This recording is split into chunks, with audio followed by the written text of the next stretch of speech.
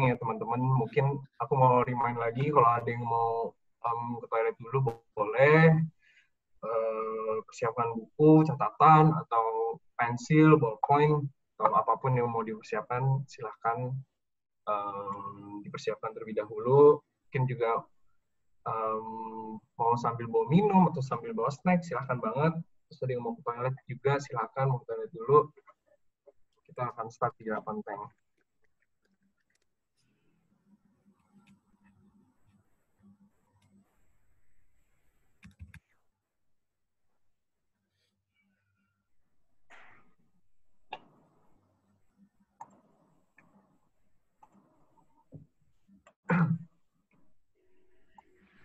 Oke, kalau di jam 8, jadi kita mulai aja ya, Mbak Nelda ya. Oke. Oke, selamat malam rekan-rekan di kelas sekalian. Apa kabar? Mudah-mudahan masih semangat belajar walaupun kita di situasi dan kondisi seperti ini, yang lagi WFH atau lagi social distancing, PSBB, yang lagi di rumah aja, stay home. Mudah-mudahan kalian masih tetap sehat juga. Nah, di sini pada kali ini kita akan membahas data project atau data mentoring dalam project yang berjudul Measuring Retail Store Sales Performance yang sudah di-provide oleh Mbak. Nah, sebelum kita mulai nih, aku akan kasih beberapa mungkin beberapa tips-tips supaya sesi ini berjalan. Gimana? Yang pertama itu pastikan internet kalian kestabilannya itu baik ya, karena kalau misalkan kestabilannya baik tidak baik itu kita agak susah juga gitu. Sebenarnya sama kayak aku juga, sebenarnya internetnya juga cukup koneksinya kurang stabil, tapi jika kurang stabil teman-teman sekalian mungkin bisa tethering dulu, atau mungkin bisa pastikan di restart dulu modemnya dari sekarang atau gimana. Yang kedua gitu, peserta tidak perlu mengaktifkan suara dan video juga, tapi kalau mau videonya mau di show juga nggak apa-apa, yang penting suaranya nggak usah di limit aja. Kemudian untuk sesi tanya jawabnya nanti peserta bisa langsung di chat grup Zoom ini, di chat box ini, di sebelah kanan atau sebelah kiri ya, kayaknya sebelah sini deh. Terus tinggal di chat aja pertanyaan, nanti pas sesi tanya jawab nanti saya dan Mbak Nelda akan bacain pertanyaan dari rekan-rekan sekalian. Terus jangan lupa di chatnya to everyone, jangan chat privately, nanti nggak semuanya bisa ngelihat gitu. Kemudian persiapkan juga catatan-catatan kalau misalkan emang ada hal-hal penting yang mau dicatat, hal-hal penting yang menurut rekan-rekan sekalian kayaknya ini pengen banget nih aku catat nih, silakan catat gitu. Karena mungkin ada yang gemar menulis kan nggak apa-apa gitu ya. Nah, sama satu lagi, jadi rekan-rekan sekalian ada yang merequest kalau sesi ini di-record. Nah, kita lagi record nih teman-teman kebetulan, dan kita bisa record dan nanti kita akan coba share setelah sesinya berakhir.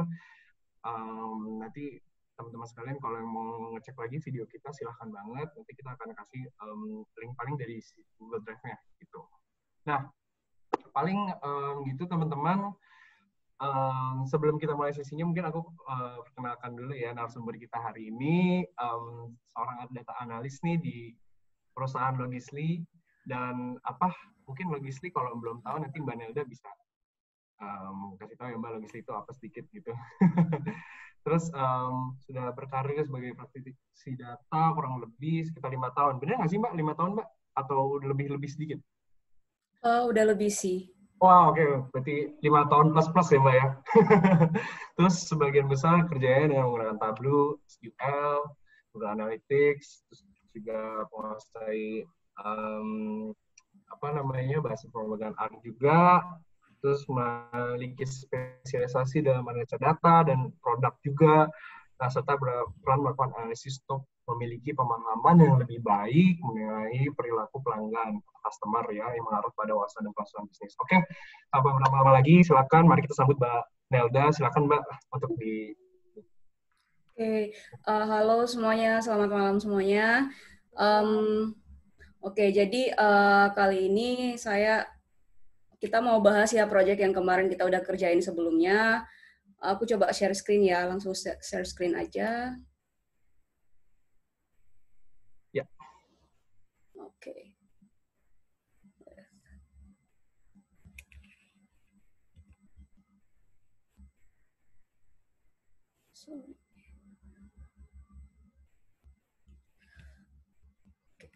Oke, jadi oke, wait. Oke, jadi kita akan membahas proyek yang kemarin kita udah sempat kerjain, yang judulnya itu Measuring Retail Store Sales Performance. Jadi dari sini nanti kita akan mencoba membahas analisa-analisa yang biasanya digunakan. Mungkin teman-teman di sini juga bisa ngelihat ya, kayak dari sisi SQL-nya mungkin nggak begitu complicated, tapi mungkin di sini kita akan ngebahas analisa yang bisa ditarik dari proyek yang udah dikerjakan. Terus yang kedua, kita juga akan ngebahas mengenai, mungkin aku akan mention juga real case di industrinya seperti apa. Oke, kita langsung mulai aja kali ya. Oke, jadi nanti di webinar ini yang akan dibahas introduction, tadi udah sempat disampaikan juga sama Mas Renier, kemudian nanti kita ada project discussion, dari objektif dari setiap analisa yang dilakukan, kemudian di industrinya biasanya seperti apa. Nanti juga kita akan ada Q&A session. Nah, di Q&A ini bisa teman-teman bisa bertanya seputar project atau mungkin bertanya seputar pekerjaan sebagai data analis juga boleh. Oke, mengenai saya tadi seperti yang udah disampaikan, nama saya Nelda, kemudian background study-nya itu saya ngambil math sama manajemen. Oke. Kemudian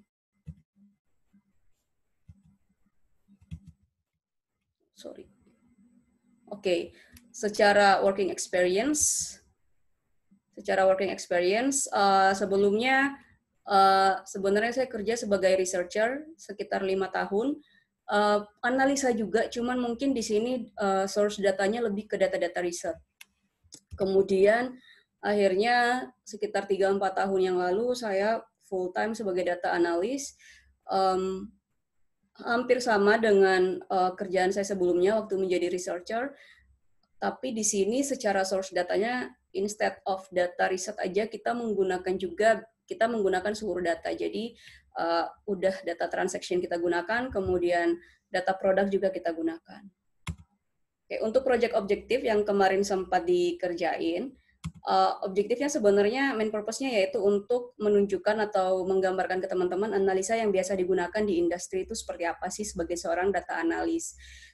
Yang kedua itu untuk nge-build story. Jadi data analis itu akan bekerja closely dengan business team. Nah, penting untuk kita paham technical skill-nya, tapi penting juga untuk kita tahu cara kita untuk represent datanya seperti apa.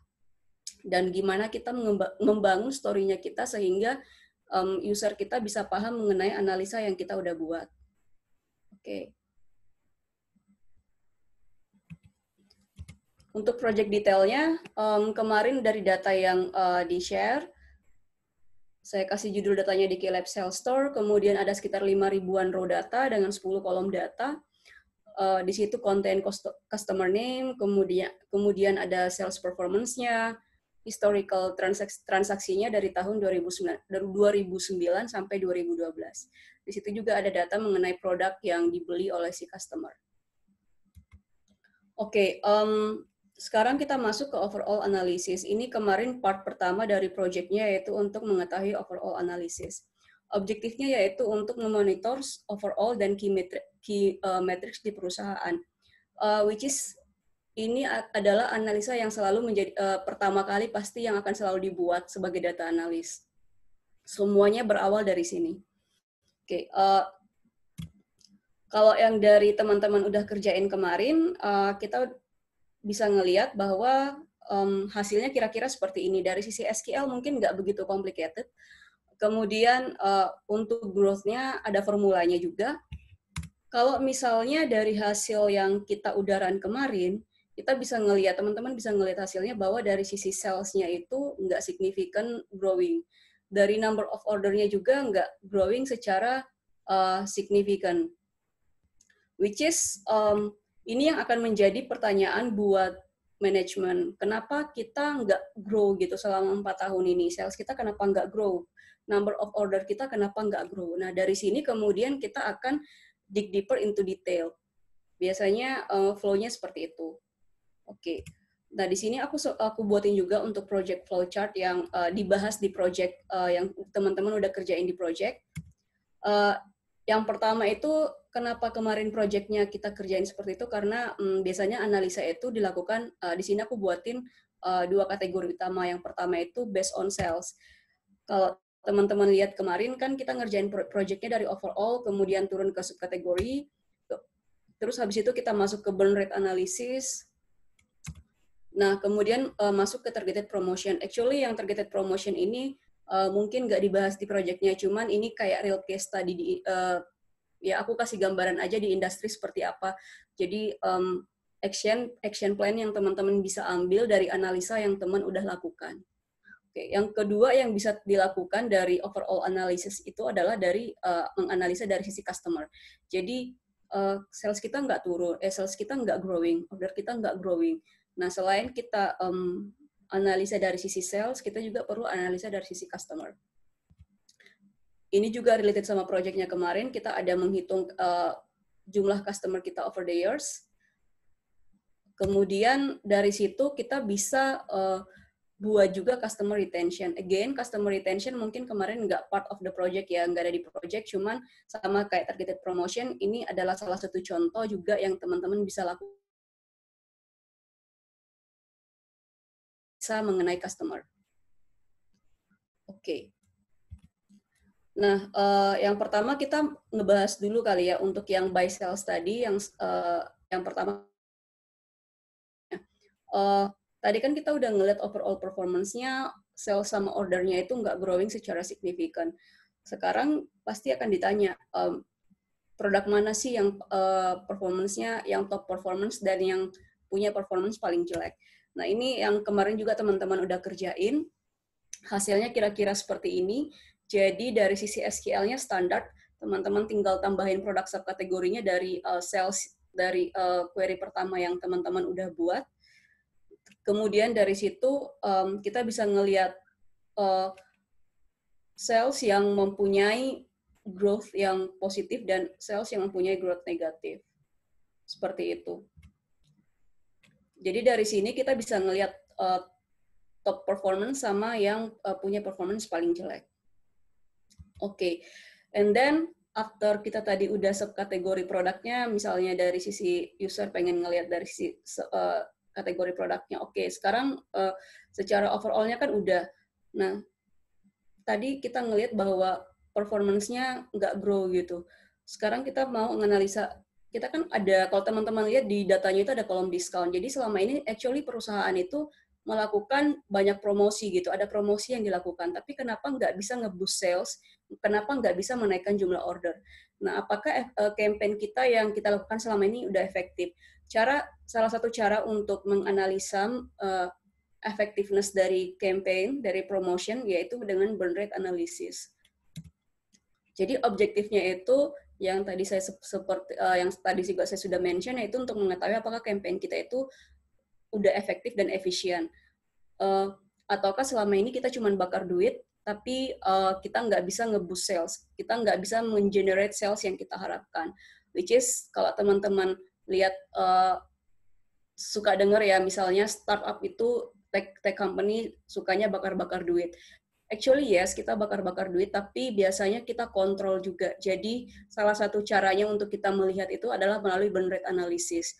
Apakah uang yang kita bakar itu worth it gitu loh? Apakah uang yang kita bakar itu benar-benar mendatangkan sales juga sama kita, atau kita bakar-bakar uang secara percuma? Kayak gitu. Oke, kalau yang burn rate analysis, again dari sisi SQL mungkin nggak begitu susah ya. Jadi yang tadi teman-teman buatin dulu CTE-nya, dapatin sum sales-nya, kemudian teman-teman dapatin promotion value-nya berapa, burn rate-nya bisa didapatkan dengan membagi promotion value, total discount-nya dengan total sales-nya. Jadi semacam kayak semacam proporsi dari sales yang di-generate itu, dari sales yang di-generate itu berapa yang duit yang dibakar kayak gitu. Kalau misalnya kita lihat dari sisi burn rate, hasilnya kira-kira seperti ini. Ini aku sempat pindahin juga ke spreadsheet, terus aku masukin sini biar kita gampang ngelihatnya.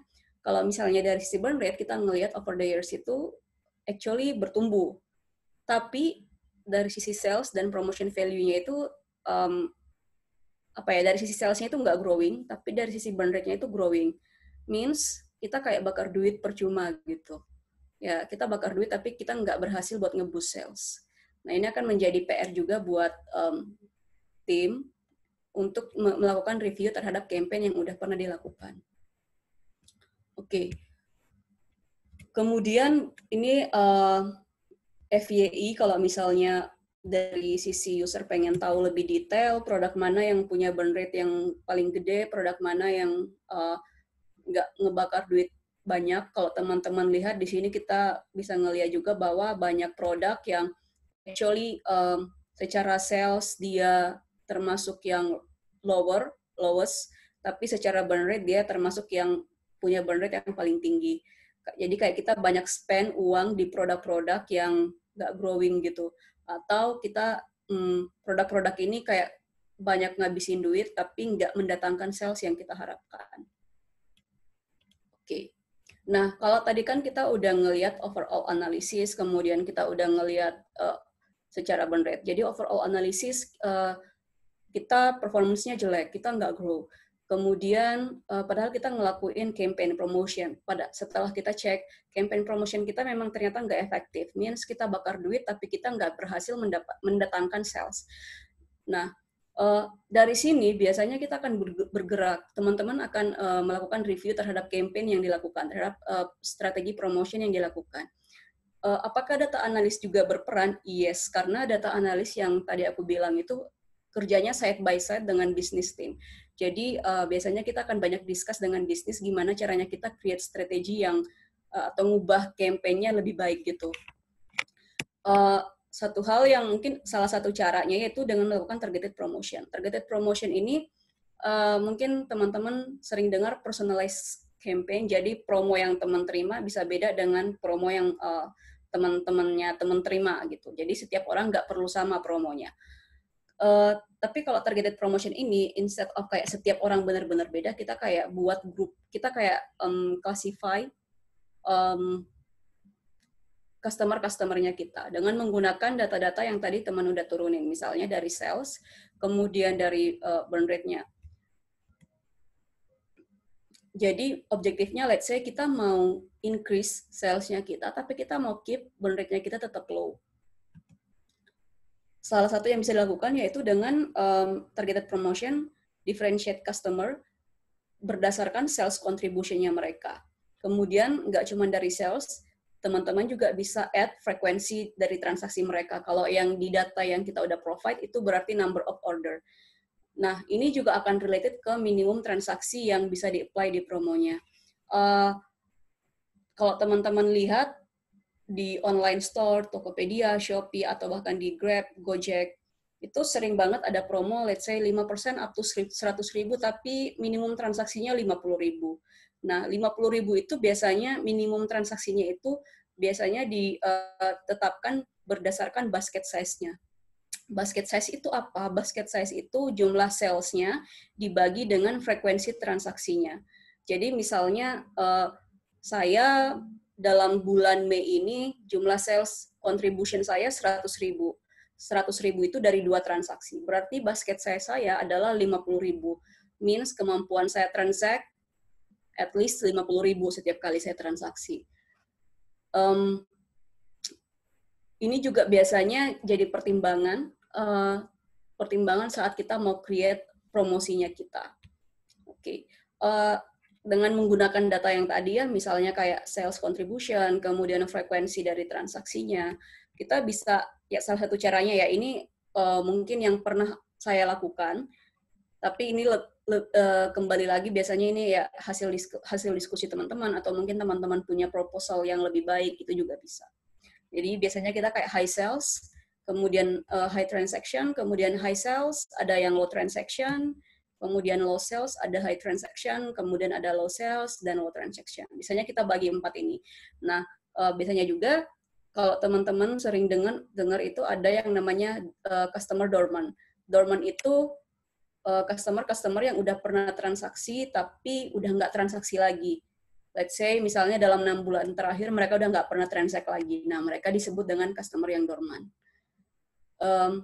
Sedangkan untuk customer di 4 kategori ini better sih biasanya kita kayak ngelihat histori transaksi mereka entah dalam 3 bulan terakhir atau dalam 6 bulan terakhir. Jadi supaya kita berusaha untuk mendapatkan datanya tetap real.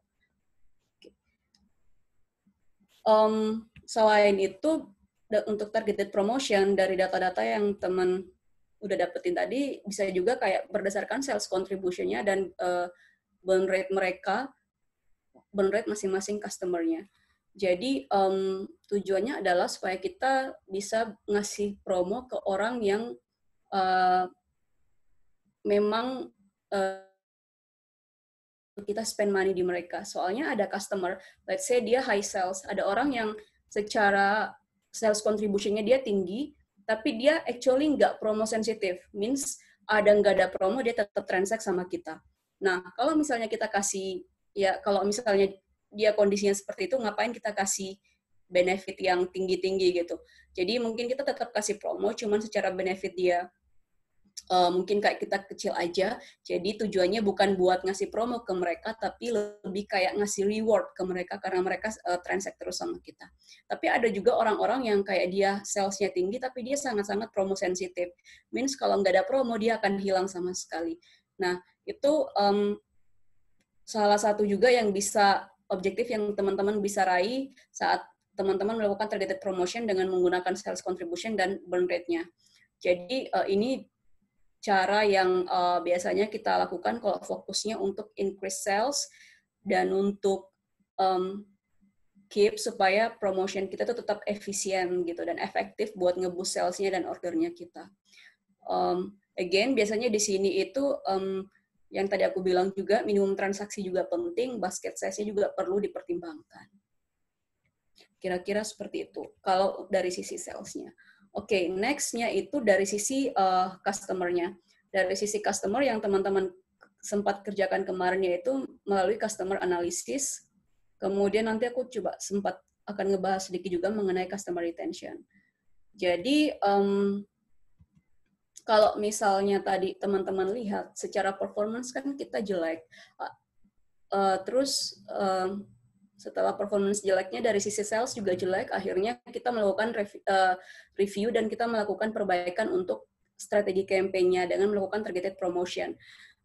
Kemudian yang sekarang next-nya, ada tim yang lihat lagi nih, terus dari sisi customer-nya seperti apa. Karena dari company untuk bisa long lasting, untuk bisa bertahan lama, kita nggak mau cuma naikkan sales saja, tapi kita harus bisa juga meningkatkan populasi kita, means customer yang transact di kita harusnya bisa lebih dong, sehingga market share kita secara customer itu bisa increase setiap tahunnya. Jadi objektifnya yaitu kita mau ngelihat performance dari customer. Kalau kita lihat tadi kan dari sisi sales dan ordernya udah nggak growing ya. Nah, dari sisi customernya kayak gimana nih? Kalau misalnya teman-teman dari project yang teman-teman kemarin teman-teman kerjakan, di situ ini juga lumayan simple ya query-nya. Jadi tinggal ngambil tahunnya aja, kemudian tinggal di count distinct untuk customer-nya. Nah, kalau misalnya di sini kita lihat over the years, actually nggak grow juga. Jadi di setiap tahun itu stagnan ya jumlah customer-nya. Oke, nah sekarang kita udah show nih ke manajemen, oh kita customer-nya nggak grow nih setiap tahunnya. Terus nanti akan ada pertanyaan manajemen, loh emang kita terus gimana dengan new customer-nya? New customer-nya grow apa enggak? Atau selama ini kita kayak nggak berhasil mendapatkan new customer. Nah, dari situ kita akhirnya melakukan analisa lagi untuk new customer-nya. Itu satu. Terus yang kedua, nanti ada pertanyaan juga dari manajemen. Dan untuk retention-nya gimana? Retention itu adalah misalnya teman-teman transact teman-teman berbelanja di Tokopedia bulan ini. Retention itu adalah gimana caranya biar teman-teman belanja lagi di bulan depannya dan di bulan berikutnya. Jadi kalau misalnya teman-teman belanja lagi di bulan berikutnya, berarti kayak teman-teman berhasil gitu. Kita retain teman-teman. Tapi kalau misalnya teman-teman stop belanja selama beberapa bulan, itu berarti kita gagal untuk retain teman-teman untuk tetap transaksi sama kita. Kayak gitu. Oke, nah ini yang pertama dari sisi untuk new buyer. Kalau nggak salah ini juga kemarin nggak ada di project ya, karena ada perbedaan versi SQL-nya. Di sini aku bahas aja. Jadi kalau untuk new buyer sebenarnya gampang juga. Kan tadi kalau misalnya yang di pertama kita udah count distinct customer ya berdasarkan tahun. Nah sekarang kita tinggal buatin aja. Kita ngambil instead of kita kayak ada, kalau di datanya kan ada kolom order date. Jadi order date-nya itu kita ngambil yang paling pertama, minimum order date. Minimum order date itu kita anggap sebagai transaksi pertama dari si customer. And then baru kita lihat tahun dari transaksi pertama mereka itu. Kalau misalnya teman-teman show data, ini simple ya, tapi again, sebagai data analis itu lebih ke gimana teman-teman menyampaikan, menginterpretasikan data yang teman-teman punya. Karena ada dulu sempat senior yang bilang bahwa data analis itu harus good juga dalam storytelling, karena dalam present data kita harus punya gimana ya flow-nya, dari mana mau kemana, kemudian story-nya apa yang mau disampaikan. Oke, kalau dari new customer-nya tadi ini kita ngelihat bahwa actually dari sisi new customer pun kita itu nggak grow, bahkan decline gitu, sekitar 70% setiap tahunnya. Jadi problem kita di Keylab Sales Store di company ini yang pertama salesnya nggak grow, terus ordernya nggak grow. Pas dicek ternyata campaign-nya kita tuh nggak efisien, burn rate-nya kita tuh naik terus, tapi nggak sebanding gitu dengan sales dan ordernya.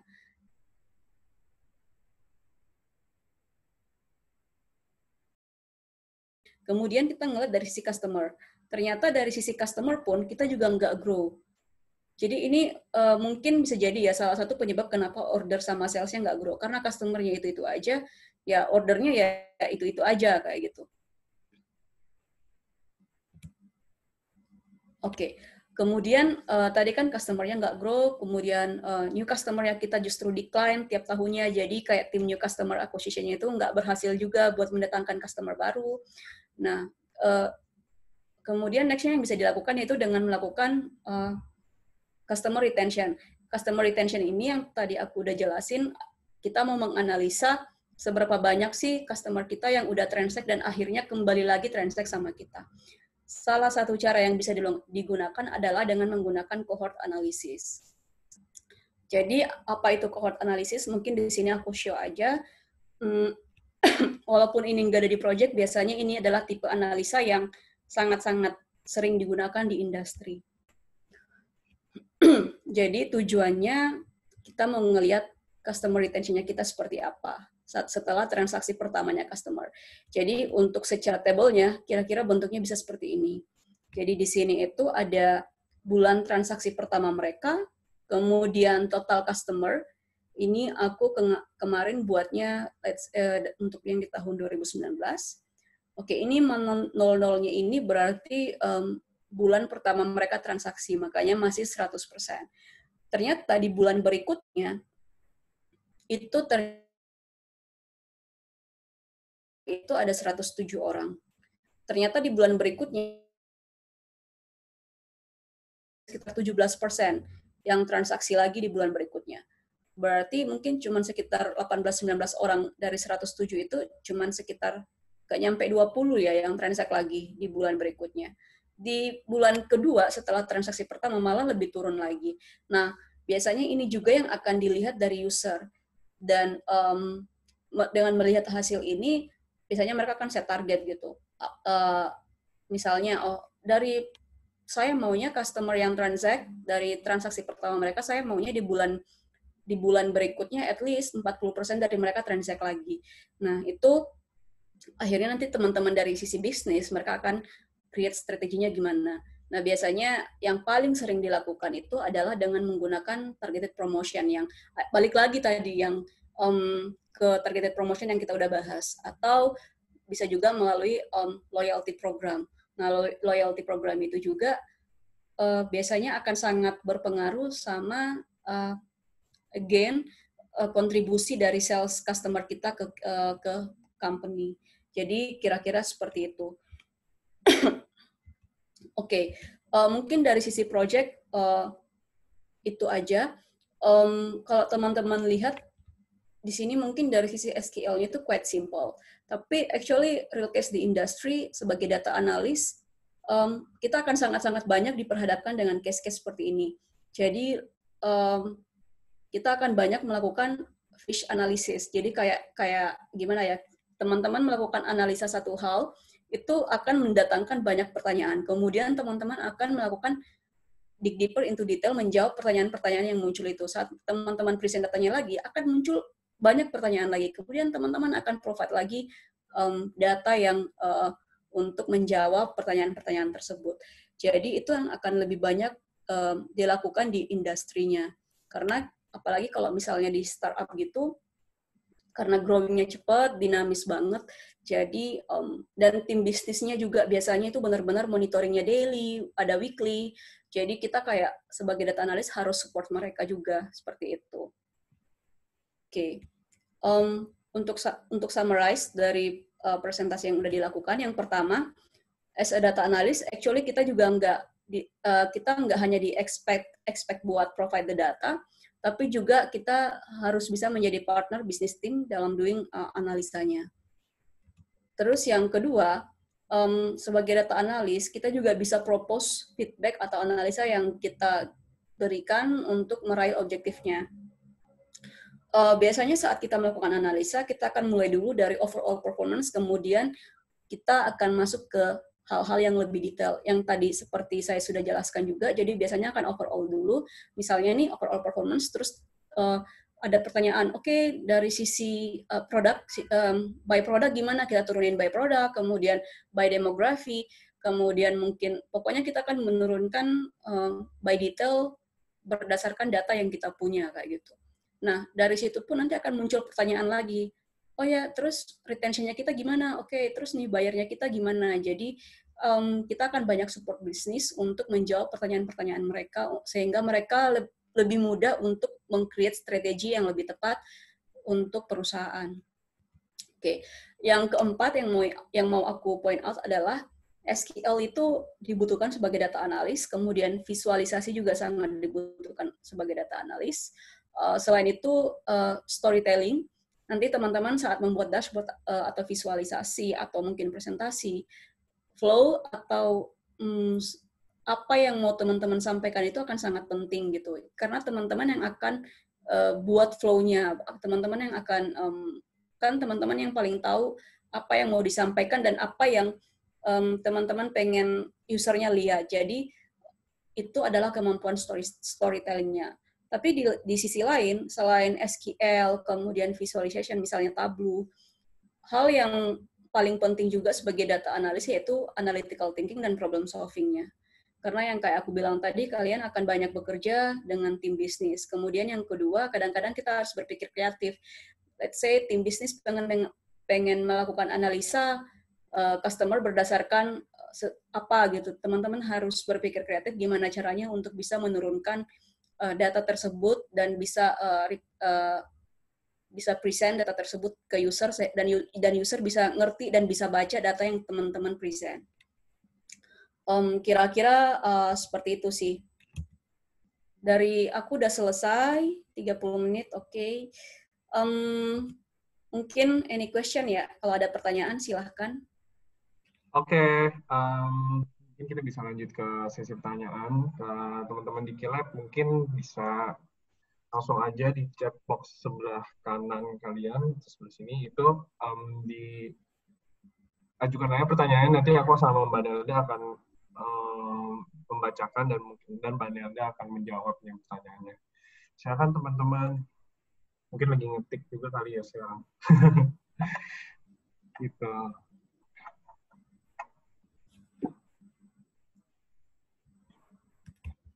Mungkin sembari nunggu pertanyaan yang muncul, Mbak, mungkin dari aku ada pertanyaan sedikit sih. Apakah ini yang project yang dikerjakan teman-teman ini itu sangat real case industry yang muncul di kegiatan sehari-hari sebagai data analis nggak sih Mbak sebenarnya?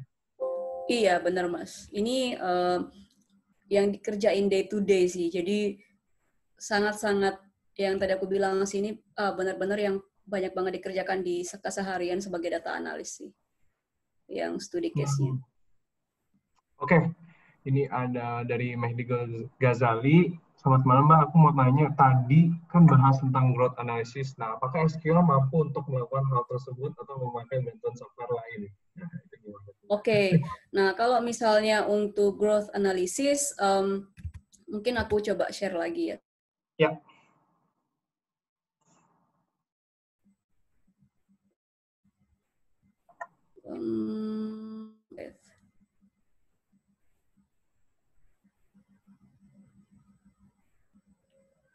Oke. Uh.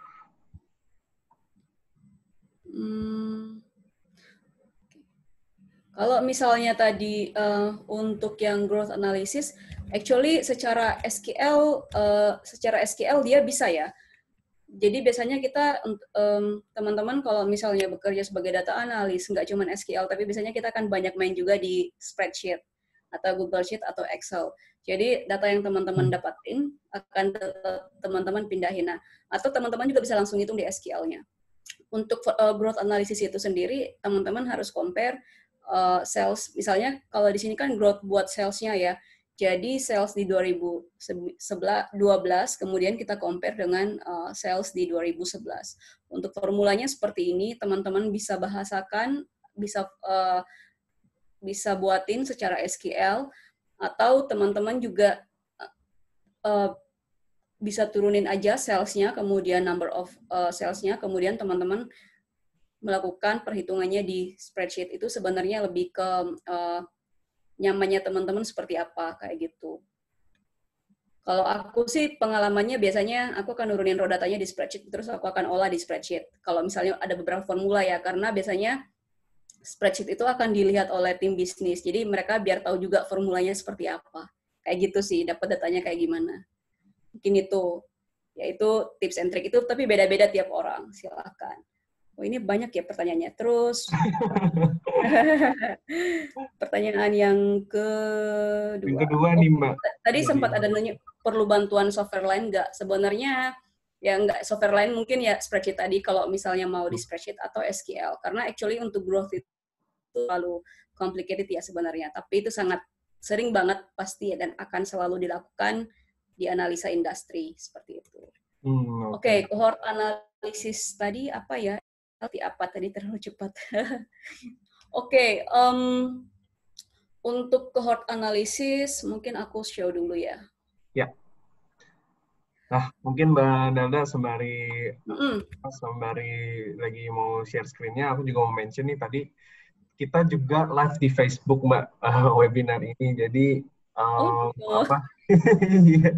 oh Jadi ya. teman-teman mungkin yang aktif dalam Facebook, yang juga part of GQ Lab Data Discussion Group Facebook, kita juga live di sana teman-teman. Gitu. Jadi mantep mantep banget nih, kita juga live di mana-mana. Mudah-mudahan kita bisa live di TV ya ke depannya. Oke.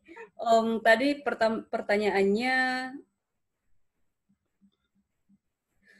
oke, cohort Ya, analisis tadi ya. apa ya? Ini aku coba share lagi untuk PPT-nya.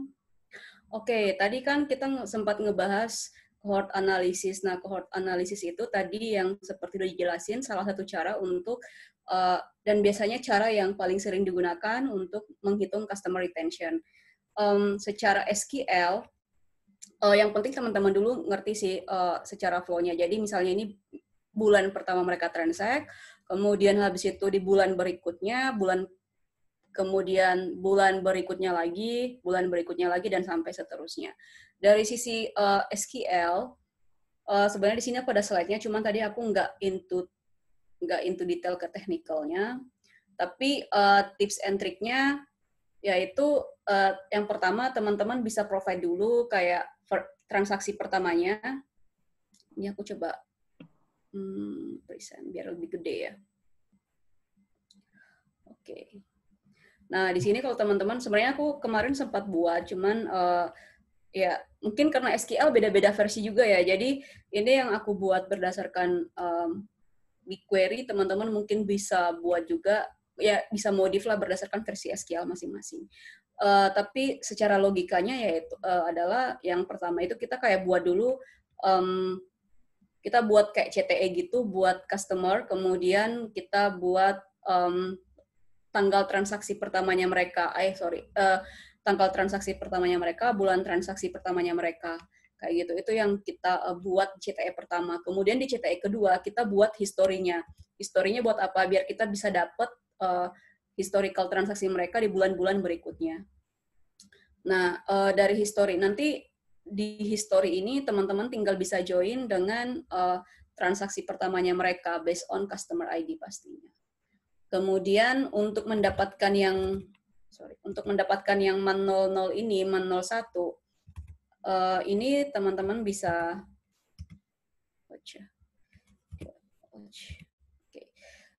nanti di history teman-teman saat left join, kan yang first transaksinya lumayan simpel ya, teman-teman cuma ambil minimum order date-nya sebagai tanggal transaksi pertama.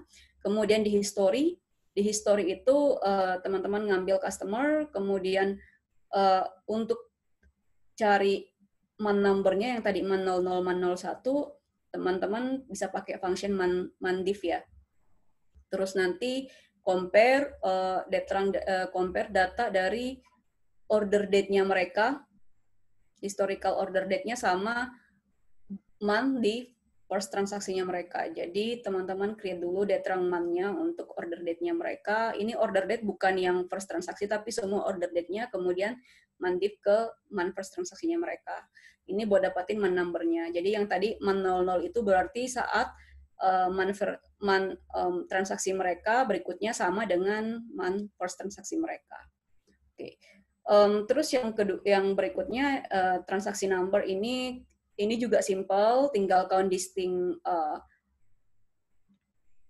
untuk jumlah customer-nya, ini harusnya customer number of customer, teman-teman tinggal count distinct customer-nya, buatin CTE terpisah, kemudian retention table-nya, nanti teman-teman tinggal joinin dari history sama yang ini, number of customer-nya ini.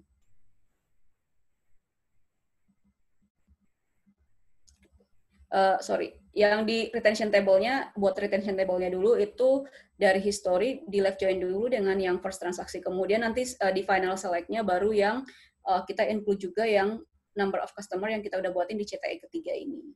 Jadi yang di di retention table ini kita ngambil buat mendapatkan yang ini, man first transaksi sama total customer-nya mereka.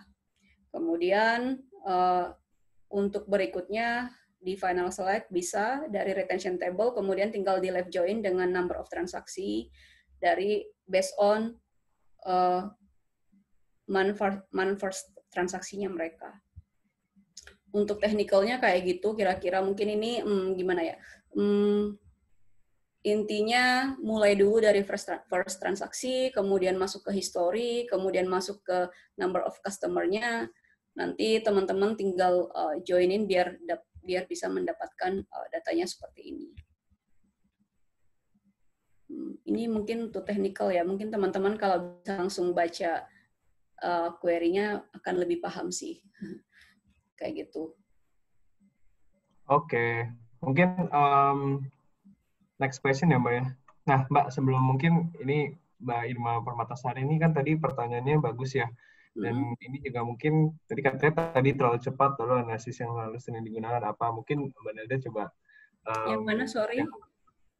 Yang tadi dipertanyakan, tadi kan udah dijawab Mbak. Terus tadi ada masukan juga nih, mungkin sedikit tadi terlalu cepat. Mungkin Mbak Nelda jangan terlalu cepat ya Mbak ya. Oh gitu, oh ya, sorry. Oke. Supaya kita yang lagi belajar ini juga belajarnya pelan-pelan gitu Mbak. Terus sorry. kita lanjut ya Mbak ya. Ya, boleh. Nggak apa-apa Mbak. Oke, permisi Mbak Nelda, saya mau bertanya apa ya perbedaan antara function dari visualisasi data by script, Python atau R dengan menggunakan tools ya, Tableau, Cognos, Oke. Karena selama saya Oke, magang beda ya sebagai data kalau analis misalnya. lebih baik. Karena sebentar, karena selama saya magang sebagai data engineer di tim big data lebih banyak query SQL untuk visualisasi, data menggunakan Data tools. menggunakan tools. Oke, sebenarnya kalau misalnya visualisasi dengan Python R sama yang dengan menggunakan Tableau itu beda ya. Kalau misalnya Python R itu mungkin kayak teman-teman kayak harus buat bahasanya dulu segala macam. Meanwhile, Tableau itu kayak teman-teman main pivot di Excel. Jadi teman-teman prepare dulu datanya, kemudian tinggal drag and drop. Kayak gitu. Itu yang pertama. Terus yang kedua dari sisi visualisasinya biasanya user lebih seneng. Kalau yang memang dari tools visualisasi ya, karena lebih atraktif gitu dan lebih enak dilihat. Itu sih. Dan lebih mudah digunakan sama user karena bisa ditaruhin filter apa. Jadi dari sisi user itu bisa lebih interaktif gitu loh. Dari sisi user bisa mainin data yang kita udah visualize. Kayak gitu sih. Kalau misalnya ini kan dia magang sebagai data engineer ya. Kalau setahu saya memang data engineer emang biasanya mainnya itu lebih ke infrastruktur datanya. Jadi dia akan sangat banyak bermain SQL sih. Kayak gitu. Oke, berikutnya ya dari Rizky to everyone. Kok to everyone saya baca juga sih gimana. Selamat malam Mbak Nelda. Berdasarkan pengalaman Mbak Nelda nih sebagai data analis, apakah juga harus menguasai algoritma data science juga ada? Dan karena kerja sama dengan tim bisnis artinya harus mengetahui konteks dalam bisnis tersebut untuk bisa menyampaikan ceritanya. Nah, untuk di dunia industri, apakah juga harus menguasai konteks bisnis atau akan ada kolaborasi dengan tim terkait? Wah, ini pertanyaan menarik. Oke, thank you ya buat Rizky. Aku jawab dulu yang pertama. Ya. Berdasarkan pengalaman sebagai data analis, apakah juga harus menguasai algoritma data science juga atau enggak? Actually, data scientist itu quite kompleks ya. Dan biasanya mereka secara technical skill itu emang lebih advance gitu. Karena mereka menguasai berbagai macam bahasa. Nggak cuma SQL, tapi Python, R, entah bahasa-bahasa lain juga mereka bisa kuasai. Tapi kalau misalnya sebagai data analis, tadi yang seperti aku bilang, sebenarnya poin pertama yang teman-teman harus kuasai itu adalah SQL, kemudian visualisasi, kemudian kemampuan analytical thinking. Sedangkan untuk algoritma sebagai data science, itu menurut aku added value ya. Jadi kalau teman-teman bisa itu sangat-sangat baik sekali, tapi kalau memang belum bisa, mungkin teman-teman bisa belajar sambil bekerja gitu. Jadi itu bukan yang teman-teman harus punya biar bisa jadi data analis, itu enggak juga sih. Kayak gitu. Cuma again di tiap company itu biasanya requirement-nya beda-beda. Ini berdasarkan pengalaman aku aja selama bekerja di startup dan sebagai data analis kayak gitu sih. Kemudian yang kedua, apakah harus menguasai konteks bisnisnya?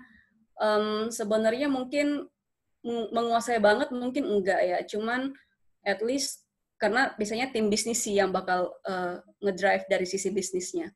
Tapi at least teman-teman saat diajak ngobrol itu nyambung gitu, paham. Karena nanti teman-teman yang akan menginterpretasikan kemauannya tim bisnis ke dalam bentuk data kayak gitu. Dan saat teman-teman present datanya, mau nggak mau teman-teman juga harus paling nggak punya pemahaman basic mengenai bisnisnya. Sebenarnya mungkin kalau untuk konteks bisnisnya yang deep banget mungkin enggak, tapi at least teman-teman tahu secara flow di bisnisnya, karena itu akan sangat penting saat teman-teman present datanya, secara flow bisnis, kemudian flow prosesnya seperti apa, kayak gitu sih. Itu mungkin yang penting yang harus dilakukan, kayak gitu. Dan lebih banyak diskusi. Kalau misalnya ada yang nggak paham, karena memang kita background-nya bukan bisnis, kalau ada yang kita nggak paham, langsung tanya aja ke bisnis timnya. Jadi nanti biar nggak misleading juga. Karena karena data analis itu punya peran yang penting, karena teman-teman present data, dan biasanya data itu nomor satu gitu loh. Jadi kalau data yang kita provide juga nggak sesuai, itu bebannya sebagai data analis itu berat. Karena setiap keputusan diambil based on data. Jadi banyak discuss aja biar nggak ada misunderstanding sih.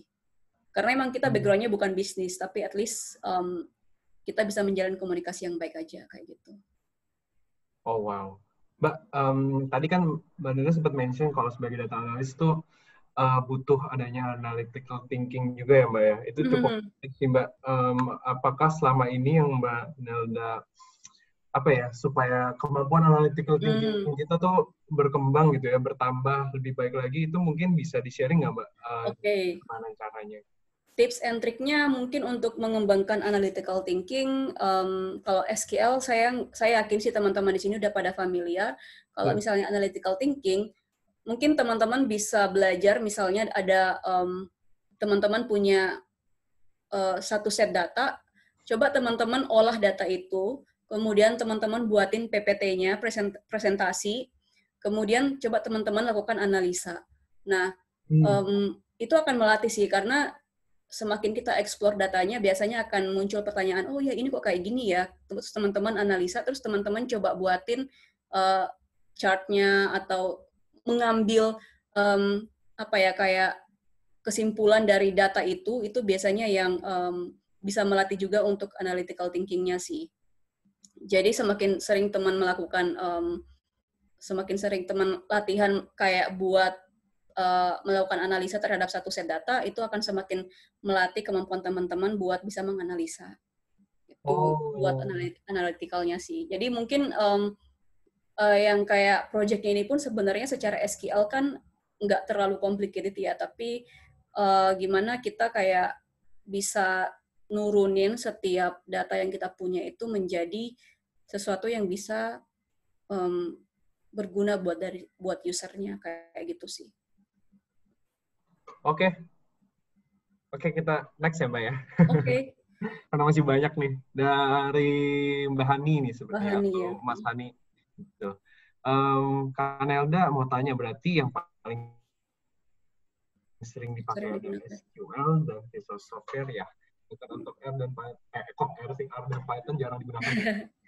Oke, kalau karena saya kerja sebagai data analis, jawabannya adalah yes. Yang paling sering digunakan adalah SQL, kemudian visualisasi, dan yang kedua adalah visualisasinya. R dan Python itu dibutuhkan untuk melakukan analisa-analisa yang kayak misalnya kayak project gitu ya. Jadi R dan Python itu bukan, kalau menurut saya sebagai data analis, R dan Python itu bukan tipikal yang bisa digunakan untuk day-to-day analisis. Meanwhile, sebagai data analis, teman-teman akan banyak melakukan analisa day-to-day. Jadi, untuk R dan Python biasanya digunakan kalau misalnya kita ada project. Let's say kita mau bikin modeling sesuatu gitu, yang misalnya tadi yang mau buat customer segmentation, baru buat R dan Python. Nah itu kan nggak bisa dilakukan cepat gitu. Mungkin kayak teman-teman butuh waktu 2 minggu mungkin baru selesai karena harus dites terus modelnya, hal-hal kayak gitu sih. Jadi yang paling sering digunakan emang yes, SQL dan visualisasi dan spreadsheet. Kayak gitu. Oke, spreadsheet. Oke, next ke Mbak atau Mas Nista ini. Halo Kak, saya mau tanya mengenai proyeknya. Pada proyek ini diminta untuk menghitung burn rate, dan di penjelasan proyek kemarin terkait hal ini diminta untuk membuat CTE atau Common Table Expression. CTE itu seperti apa sih Kak? Karena jawaban yang digunakan sepertinya berbeda dengan contoh CTE yang saya cari di internet. Terima kasih. Ya, again, mungkin kayak beda-beda secara visualisasi, secara SQL versionnya ya. Cuman CTE itu Common Table Expression, biasanya kita buatin, kayak istilahnya kita create table dulu yang nanti kita akan panggil lagi. Mungkin aku coba share screen ya. Ya.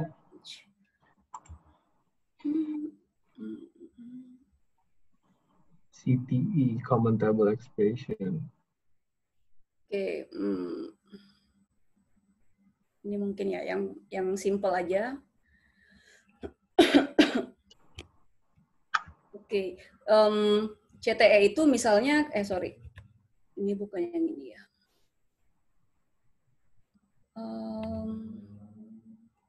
Kemarin sepertinya kita ini aja deh.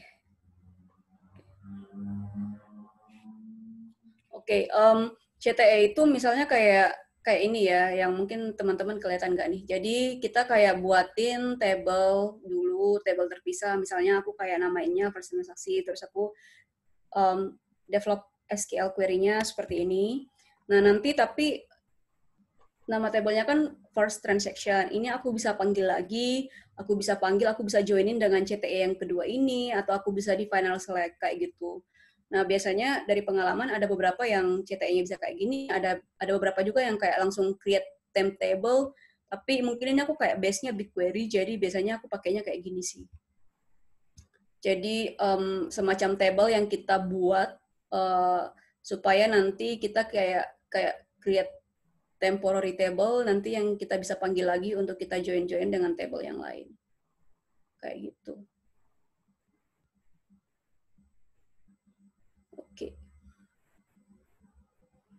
Oke.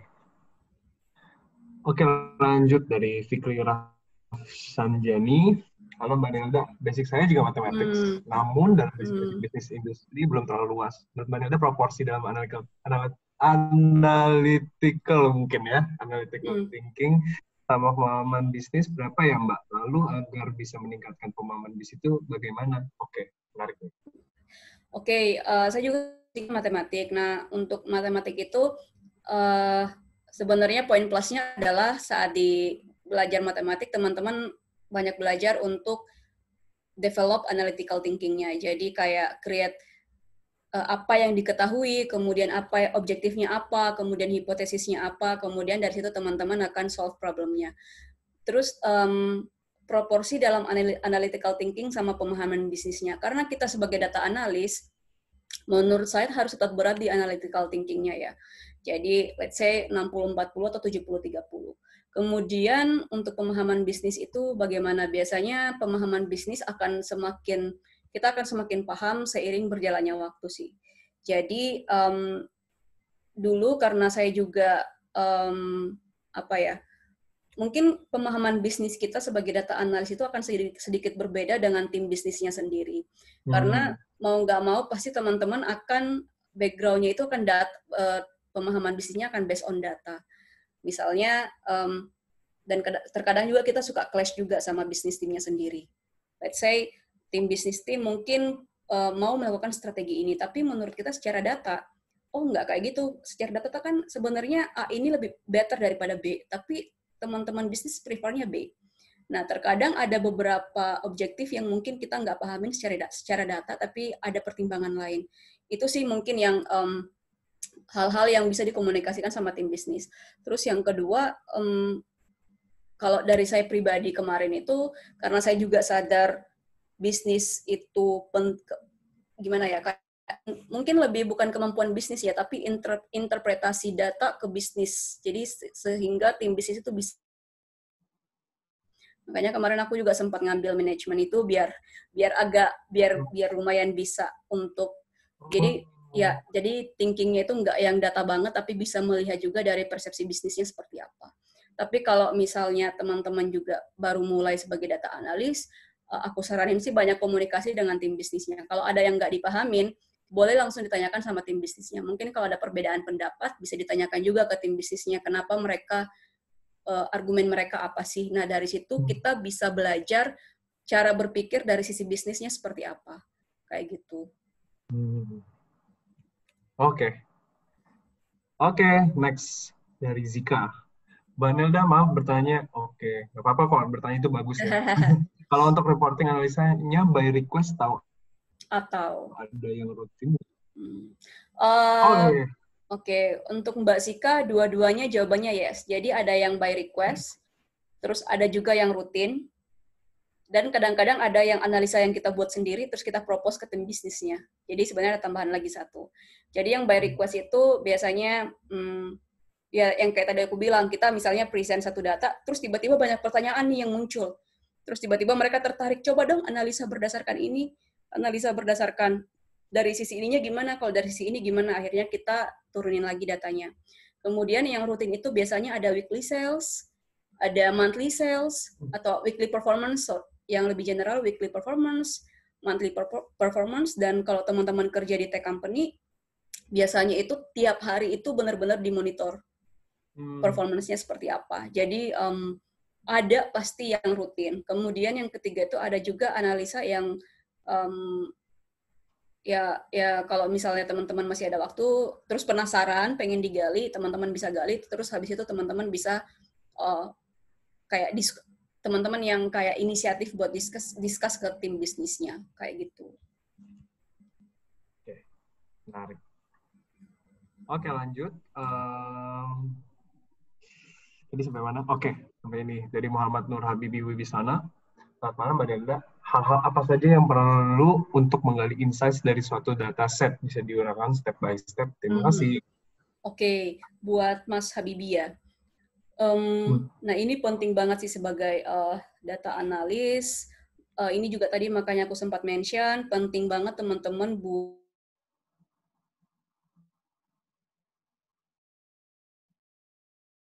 dari dataset yang teman-teman miliki. Step-stepnya dari mana? Teman-teman bisa teman-teman mulai dulu pasti selalu dari yang general performance. Jadi dari overall performance dulu. Kemudian dari overall performance itu teman-teman baru akan ngelihat dari detailnya seperti apa. Misalnya teman-teman dari kategori produknya atau mungkin customer-nya atau mungkin dari demografinya. Nah, biasanya dari situ akan ada tuh kelihatan kan angkanya, ada yang turun, ada yang naik. Itu jadi panduan teman-teman juga untuk dig deeper lagi. Misalnya nih, ternyata saat saya overall sales-nya kita oke, tapi pas aku turunin by kategori produk, ternyata ada kategori produk A yang performance-nya jelek. Nah, teman-teman akhirnya semakin mengerucut lagi nih, kenapa nih produk teman-teman kayak coba analisa lagi. Kalau misalnya ada yang lebih kecil lagi, atributnya teman-teman bisa analisa berdasarkan itu. Kayak gitu sih.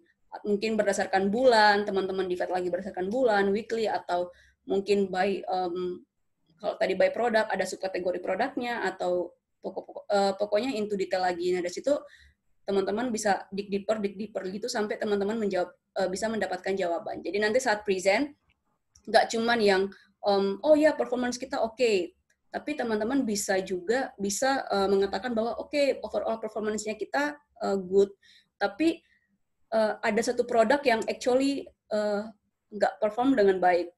Misalnya produk A ini nggak perform dengan baik. Nah, tapi teman-teman nggak cuma sampai di situ, teman-teman bisa menjelaskan kenapanya. Produk A ini nggak perform dengan baik misalnya di bulan Mei, karena ternyata ada subkategori produk kita yang kayak gini, atau mungkin ternyata ya mungkin ini bantuan juga dari tim bisnisnya, kita nggak melakukan apa-apa di bulan itu, makanya performance-nya jelek. Hal-hal kayak gitu sih. Jadi kita nggak berhenti cuma di satu titik, tapi kita lebih banyak menjawab kenapanya kayak gitu.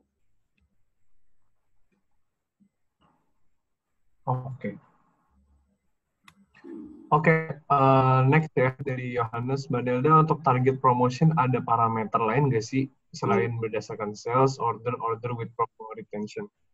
Gitu. Oke, kalau misalnya dari project tadi kan mungkin karena fokusnya buat menaikkan sales ya, jadi kita banyak memakai sales, kemudian number of transaksinya, kemudian basket size-nya.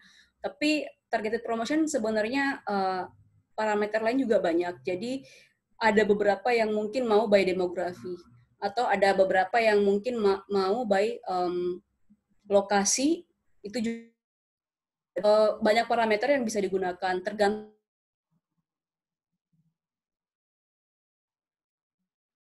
by gender. Tapi again itu semua penentuan parameternya itu biasanya kita dapatkan setelah melakukan analisa dan objektifnya apa. Itu sih yang penting.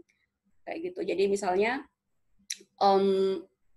kita mau kayak, kalau tadi kan objektifnya buat increase sales, makanya kita menggunakan parameter ini. Tapi kalau misalnya ada yang mau increase, katakanlah customer baru, ya mungkin objektifnya bukan ini lagi. Parameternya mungkin kita kayak nyari lokasi, atau mungkin kita nyari customer yang udah register tapi belum pernah transaksi, hal kayak gitu sih. Atau mungkin customer yang udah pernah browsing di produknya kita tapi mereka belum pernah transaksi. Ada yang pernah browsing dalam 6 bulan terakhir tapi belum pernah transaksi, ada yang pernah udah register 1 tahun tapi belum pernah transaksi. parameter itu bisa digunakan. Jadi tergantung objektifnya kemana dulu, kayak gitu sih. Nah ini biasanya makanya aku bilang juga sebagai data analis terkadang kita harus punya kreativitas juga, kreatif untuk kira-kira mau dari sisi apa, dan again pasti harus discuss juga dengan tim bisnisnya, dengan partnernya, kayak gitu. Oke. Dari Nisa, halo Kak, untuk perintah grup by 12 dan order by 12. Bener nggak sih Mbak, baca 12 atau? Betul, ya. Okay. Ini teknikal ya, jadi teknis ya? Ya. Jadi ini sebenarnya kalau misalnya kita create query kan misalnya ada gini nih, select customer ID, kemudian koma, order number. Mungkin aku present aja kali ya biar gampang. Iya, banget kok. Untuk perintah grup by 12 dan order by 12 ini caranya gimana? Oke.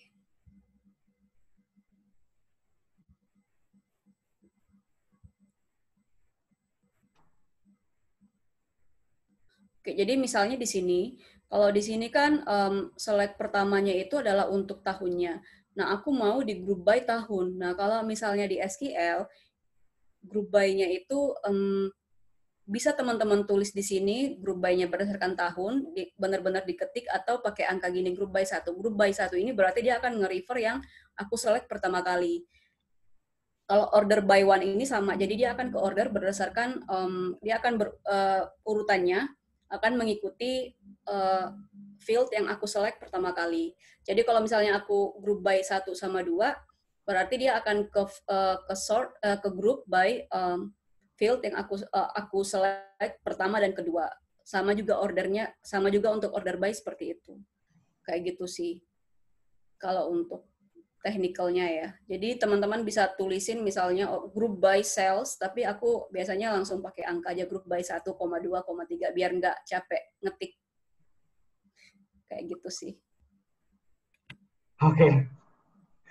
Jadi kalau misalnya mau di group by dari kolom ke 10 ya teman-teman tinggal group by 10 kayak gitu. Berarti dia akan nge-group by berdasarkan field ke 10 yang teman-teman udah select di query-nya teman-teman kayak gitu sih.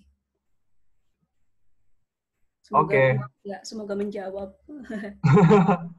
Next ya Mbak, dari Tubagus Hadi, salam Mbak Nelda.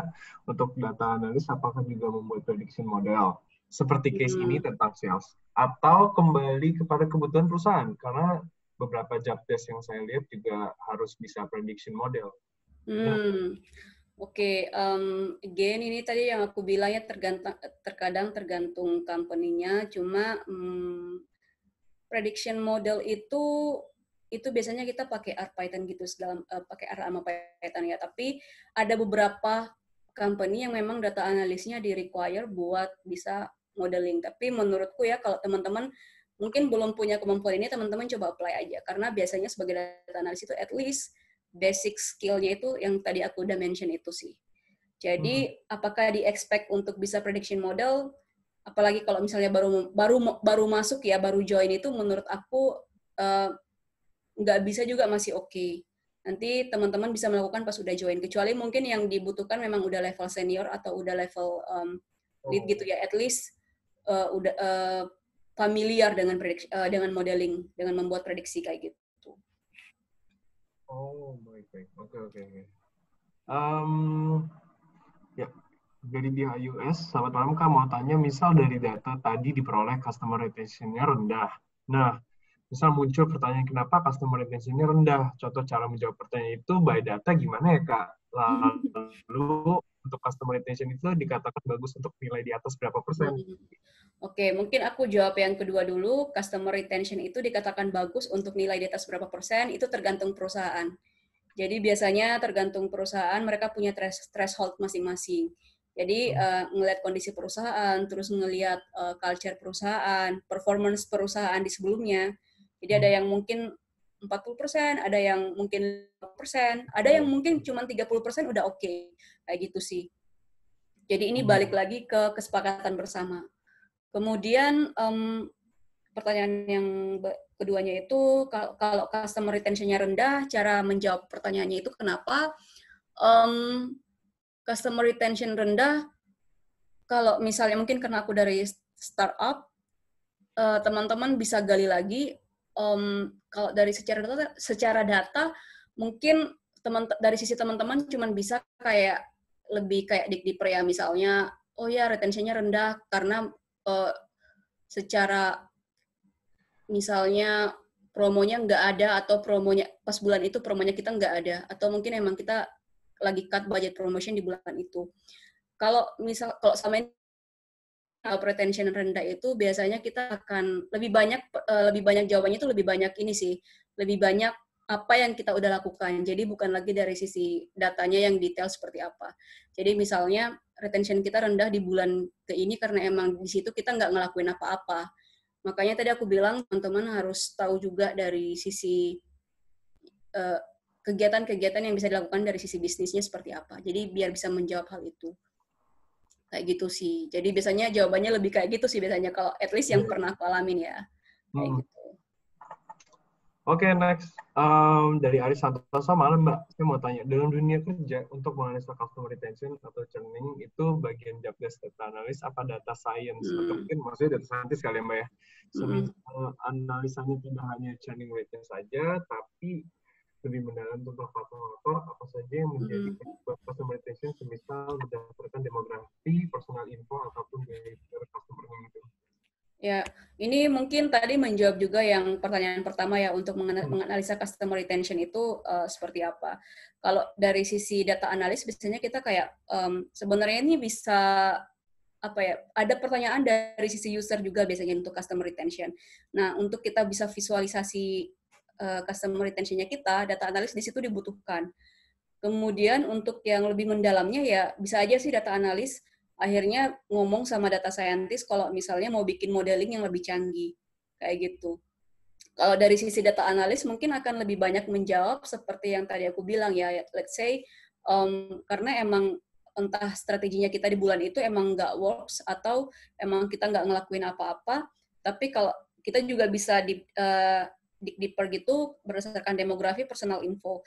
Tapi yang kalau misalnya selama ini aku lakukan, kalau misalnya sebagai data analis aku bisa lakuin, kapasitasku bisa melakukan, biasanya aku akan mengerjakan sendiri. Tapi kalau misalnya menurutku udah terlalu kompleks, ya jangan malu-malu gitu, langsung aja ke ngobrol sama tim data science, dan teman-teman bisa mengerjakan juga actually dengan panduan dari mereka. Jadi teman-teman yang mengerjakan, terus kalau ada yang bingung, teman-teman tinggal bertanya ke tim data yang lain. Mau ke data science atau mau ke tim BI-nya juga boleh, kayak gitu sih.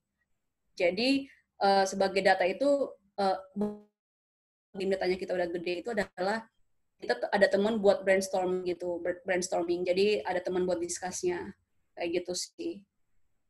Jadi kalau teman-teman turunin datanya aja. Tapi kalau misalnya udah kompleks dan teman-teman tetap pengen tertantang nih mau buat tetap ngerjain, nggak apa-apa, ajakin discuss data science-nya, ajakin discuss juga sama BI-nya atau mungkin tim data yang lain yang lebih paham. Di situ juga teman-teman juga bisa belajar juga kan untuk melakukan analisa tersebut seperti harus gimana, kayak gitu sih. Oke. Banyak ya. Cukup kayaknya banyak. Antusias sekali ya. Betul. Tapi nggak apa-apa, ini kita bentar lagi udah seneng nih kayaknya members nih bertanya. Tapi pertanyaannya mantap-mantap ya Mbak sejauh ini Mbak. Iya, senang. Oke, kita lanjut ya. Ini dari sampai mana ya? Yang ini tadi udah sekarang ya Muhammad. Ya, Muhammad Al-Karani. Mau tanya Mbak, maaf melanjutkan pertanyaan yang sudah ada tadi di atas.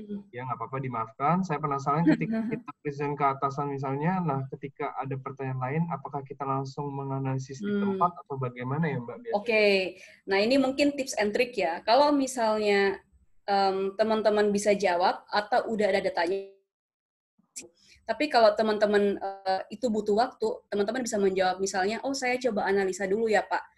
Nanti saya akan share lagi kalau misalnya saya sudah analisa. Kenapa? Karena sebagai data analis, kita harus ngasih reason atau ngasih jawaban itu based on data. Teman-teman nggak bisa jawab yang menurut saya sih kayak gini ya, atau apalagi kalau kita nggak confident ya. Itu biasanya bakal dihajar sama atasannya kita. Tapi kalau memang belum ada analisanya dan butuh waktu, teman-teman jawab jujur aja. Misalnya, Oke, nanti saya coba analisa dari sininya, nanti saya akan share.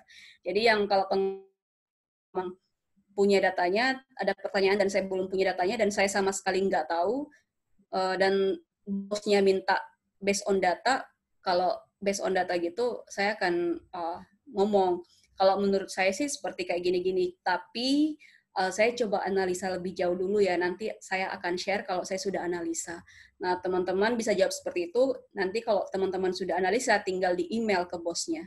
Ya, berdasarkan pertanyaan yang tadi dari meeting kayak gitu-gitu ya, itu tips and trick sih. Jadi Wih, ya itu better sih daripada kita kayak menjawab, kayak kesannya jadi kita menjawab padahal kita sendiri belum yakin sama analisanya iya, gitu. betul, setuju. Ya, kayak gitu sih. Oke, lanjut Oh Mbak. ya, mungkin Mas, sorry, Ya, ini mungkin juga input juga buat teman-teman. Ini kan ada, nah ini mungkin teman-teman bisa lihat usernya ya. Kalau misalnya usernya memang yang hmm, biasanya kalau yang masih sepantaran mungkin menganalisa di tempat dia masih maklum. Tapi kalau udah uh, yang di hadapan kita yang udah high level, dia nggak akan mau nunggu. Jadi yang ada malah nanti dia ngomel-ngomel kalau teman-teman menganalisa di tempat dan butuh waktu gitu. Jadi better teman-teman jawab aja. hmm, Jadi better teman-teman jawab aja. Saya coba analisa dulu, nanti saya akan share. Jadi teman-teman bisa yakin dulu hmm. baru share by email. Kayak gitu sih. Oh, nice. Wow, menarik sekali. Oke, dari Medi Ghazali, Kak Mm-mm. mau tanya sekali lagi sebelum terima kasih sudah menjawab. Semoga cukup Mm-mm. waktunya seandainya kakak seorang Mm-mm. HR. Wah, ini menarik nih. Dan saya seorang fresh graduate yang pengen daftar jadi junior data Ya, analis. Kak, apa yang bakal kakak lihat? Ini. oke. Oke, saya juga udah pernah interview ya yang mau daftar jadi data analis. Jadi yang paling penting pasti saat mau mendaftar jadi data analis, teman-teman akan dikasih pertanyaan. Biasanya akan ada pertanyaan-pertanyaan gitu, kemudian akan ada pertanyaan-pertanyaan logik biasanya. Karena Hmm, mau melihat kemampuan berpikir teman-teman seperti apa. Terus yang kedua biasanya ada case study. Case study itu yang seperti project ini yang kita buat. Jadi akan ada satu set data teman-teman dikasih, kemudian teman-teman harus buat presentasinya. Tapi saat ketemu face to face dengan user yang paling penting menurut aku buat teman-teman adalah teman-teman harus menunjukkan confident-nya teman-teman kayak gitu. Jadi saat menjawab pertanyaan stay confident aja. Jadi apalagi kalau hmm, ngomongin uh, apa ya yang related sama data atau gimana gitu, jawab aja apa adanya dan tetap percaya diri gitu. hmm, Sebenarnya jawabannya kadang-kadang benar atau salah itu nggak penting ya, tapi yang paling penting itu adalah argumennya teman-teman. Kalau cukup oke. persuasif, biasanya kita juga dari yang sisi yang menginterview juga akan lebih yakin ke teman-teman. Tapi kalau misalnya yang diinterview juga kayak takut-takut, oh gitu ya Pak, oh ya ya kalau menurut saya sih saya kurang yakin atau gimana gitu ya. Jadi kalau misalnya agak terbata-bata gitu dan kayak nggak yakin sendiri, biasanya dari sisi user yang menginterview juga jadi nggak interest gitu loh. Tapi kalau Hmm, teman-teman confident, walaupun nggak tahu, bilang aja, oh kalau gitu saya kurang tahu sih. Cuman menurut saya kayak gini. Jadi mungkin hmm, yang teman-teman coba latihan komunikasi dan tatap yang interview teman-teman tetap tatap matanya kayak gitu. Jadi oh, untuk menunjukkan bahwa teman-teman tuh confident. Kenapa kayak gitu? Karena biasanya data analis itu yang tadi aku bilang banyak bekerja dengan bisnis, kadang-kadang harus present. hmm, Jadi itu sih at least punya kemampuan komunikasinya seperti itu kayak gitu. hmm, interesting. Jadi sebenarnya benar atau salah itu sebenarnya nomor dua ya Mbak ya. Yang penting confidence dulu ya. Ya, ya. Benar juga penting sih, tapi kalau misalnya salah tapi argumennya at least teman-teman bisa menjelaskan dengan baik argumennya, ya menurut aku masih oke sih. Kayak gitu. Oke, ini dua pertanyaan terakhir ya teman-teman ya. Oh, Dari masih ada Mas 10 loh ke bawah.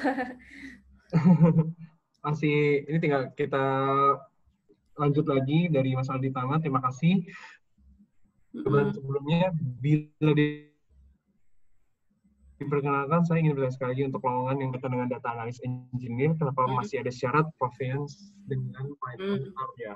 Mengingat yang tadi sudah menyebutkan kalau R Python bukan Ya, digunakan untuk day to day dan banyak bermain dengan ya. SQL. Terima kasih, Mbak. Ya, yang tadi aku bilang tergantung perusahaan masing-masing ya. Walaupun di situ ditulis harus bisa Python sama R, pas teman-teman terjun langsung jadi data analisnya biasanya yang banyak digunakan itu SQL. Kalau di sini mungkin di sini kan dia bilangnya ya data analyst / engineer. Kalau aku mungkin mau jelasin ya, tim data itu sebenarnya ada beberapa bagian juga. Jadi ada data analis yang aku banyak jelasin mungkin ini dari sisi data analisnya. Kemudian ada data engineer. Nah, kalau data engineer emang diperlukan kemampuan Python R-nya mungkin buat bikin data infrastruktur dan lain-lainnya. Kemudian ada lagi business intelligence dan ada lagi data scientist. Jadi biasanya Python sama R itu banyak dipakai sama teman-teman data engineer sama teman-teman data scientist. Kalau secara data analis, at least yang dari pengalaman aku sih, R Python itu sekali-sekali digunakan. Mungkin lebih banyak di R ya, tapi yang paling banyak itu SQL dan visualisasi sih. Karena lebih banyak buat interpretasi datanya kayak gitu, buat digunakan sama tim bisnisnya. Cuman tergantung lagi sih dari company-nya. Biasanya tiap company itu emang syaratnya beda-beda. Mungkin ini karena aku background-nya dulu di Tokopedia ya, jadi mungkin itu yang ini sih, yang pernah aku alamin waktu kerja di Tokopedia. Oh, baik. Oke. Nah, pertanyaan terakhir ya, Mbak. Oke. Mbak Nelda, jika ditemukan missing data, ini kayak pertanyaan teknis lagi nih, Mbak. Dari data yang akan kita analisa, apakah akan dilakukan metode cleansing data atau menggunakan metode lain agar data yang kita analisa ini memiliki value-nya? Ya, oke. Ini tergantung juga dari behavior dari perusahaannya juga. Jadi ada beberapa yang kalau selama ini pengalaman kalau misalnya dia itu missing data, biasanya kita akan cleansing buat digunakan sama user. Tapi data missing ini kita akan munculin buat kita show ke tim datanya dan ke tim engineer-nya. Jadi itu karena usernya berbeda kan. Kalau ke tim bisnis, mereka itu nggak mau tahu yang dapurnya lah di belakang. Jadi kalau ke tim bisnis kita cleansing aja sambil kita show juga nih, kita coba double check, kita coba cross check dengan tim data, misalnya tim data engineer-nya, kok ada missing value seperti ini, kayak gitu sih. Jadi itu tergantung usernya juga sih sebenarnya. Tapi kalau misalnya sebagai untuk keperluan analisa, pastinya better di cleansing sih. Kecuali ada request memang yang dia pengen tahu misalnya ada request tersendiri dari user ya, mungkin itu beda lagi. Tapi biasanya kita analisanya itu di cleansing, kayak gitu. Oke. Jadi kalau misalnya itu jawabannya sudah selesai, sesi tanya jawabnya juga berakhir ya teman-teman. Overall sih aku melihat pertanyaannya cukup beragam ya Mbak ya, dan antusiasme sangat tinggi juga. Mungkin Mbak juga sampai capek ini menjawabnya. Iya, aku thank you sih buat antusiasmenya. Aku juga minta maaf kalau mungkin kurang memuaskan jawabannya atau mungkin masih banyak yang kurang. Actually teman-teman kalau nggak salah mungkin di sini udah ada beberapa juga yang temenan di LinkedIn, bisa nge-add aku di LinkedIn atau mungkin bisa chat personal kalau misalnya ada mau yang bertanya lagi boleh kayak gitu sih. By LinkedIn ya Mbak berarti ya. Boleh mungkin LinkedIn-nya mungkin ada link LinkedIn-nya. Aku kasih namanya aja kali ya. Nama ya boleh. Itu di situ nanti teman-teman bagi yang mau mungkin ada berdiskusi mengenai data dengan Mbak Nelda bisa melalui LinkedIn seperti yang Mbak Nelda bilang. Nah, teman-teman di Kilab, kita juga sebelum kita mengakhiri acaranya, kita ada juga feedback form nanti akan di-share melalui grup chat kalian di sini, di kanan atau di kiri ya. Itu nanti kalian di feedback form itu dimohon untuk mengisi karena itu sangat penting untuk webinar kita ke depannya, dan webinar kita tentu saja akan ada webinar berikutnya yang akan dilakukan bersama praktisi data dan di Kilab tentunya. Jadi kita pengen banget ada masukan-masukan dari teman-teman di Kilab seperti masukan-masukan yang kemarin webinar sesi-sesi sebelumnya yang pasti kita akan ngecek webinarnya, feedback form, sorry. Nah, mungkin ini Mbak Nelda sudah share ya untuk LinkedIn-nya, nanti bisa dimasukkan ke catatan kalian mungkin kalau mau diskusi dengan Mbak Nelda. Nah, kita akan share linknya di grup chat. Bentar ya rekan-rekan ya. Ini berarti silahkan di-share aja linknya untuk feedback formnya. Nah, itu. Jadi, feedback formnya rekan-rekan dikira mohon diisi. Nanti kita akan lihat jawaban-jawaban dari rekan-rekan sekalian. Pastinya jawaban-jawaban dari rekan-rekan sekalian ini sangat berarti banget untuk membarui atau mungkin belajar dengan lebih bagus lagi ke depannya webinarnya. Saya sampai bingung nih mau ngomong apa. Capek juga ya Mbak ternyata. Untuk kedepannya supaya kita webinar-webinar berikutnya lebih mantap lagi sama rekan-rekan sekalian. Feel free juga teman-teman mungkin yang mau ngasih saran atau mau ngasih beberapa hal, mungkin ada ide webinar seperti apa, di situ kita akan siapkan kolom saran. Jadi tinggal diketik aja menurut kalian saran yang baik apa. Kalau udah keren-keren, kalau masih belum, feel free aja ngomong langsung aja yang menurut kalian terbaik apa. Oke, nanti mungkin Mbak Nelda untuk materinya dan materi yang udah dipersiapkan hari ini mungkin bisa di-share nggak Mbak ke teman-teman di Kilab? Oh ya, boleh banget.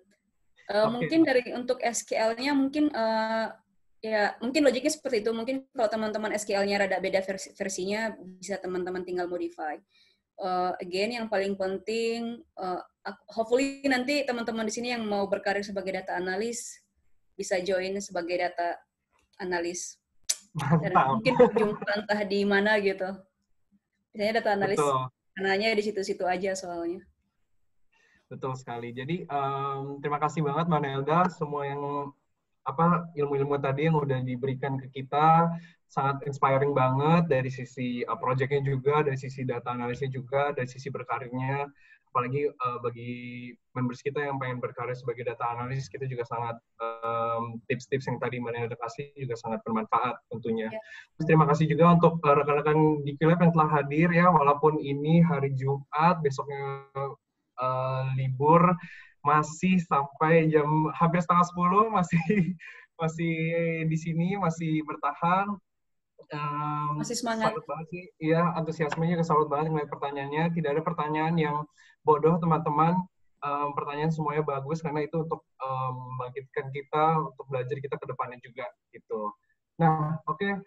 Kalau gitu, semoga pertemuan hari ini bermanfaat banget bagi semua yang hadir. Nah, rekan-rekan, jangan sampai ketinggalan informasi-informasi berikutnya, karena kita akan masih ada banyak project, banyak modul juga, banyak webinar juga. Nah, nanti itu semua informasinya bisa dicek di dikilab.id, www.dikilab.id, atau bisa dilihat dari Instagramnya juga. Instagramnya apa? @dikilab gitu. Oke rekan-rekan sekalian, terima kasih banyak. Sampai berjumpa lagi ya. Thank Dadah. you. Thank you semuanya. Thank you semuanya. Bye. Thank you Mbak Nelda sharingnya. Thank you. Nanti catch up lagi ya Mbak. Boleh. Ya, have a good weekend ya Mbak, and stay safe. Ya, thank you. Good weekend. Bye.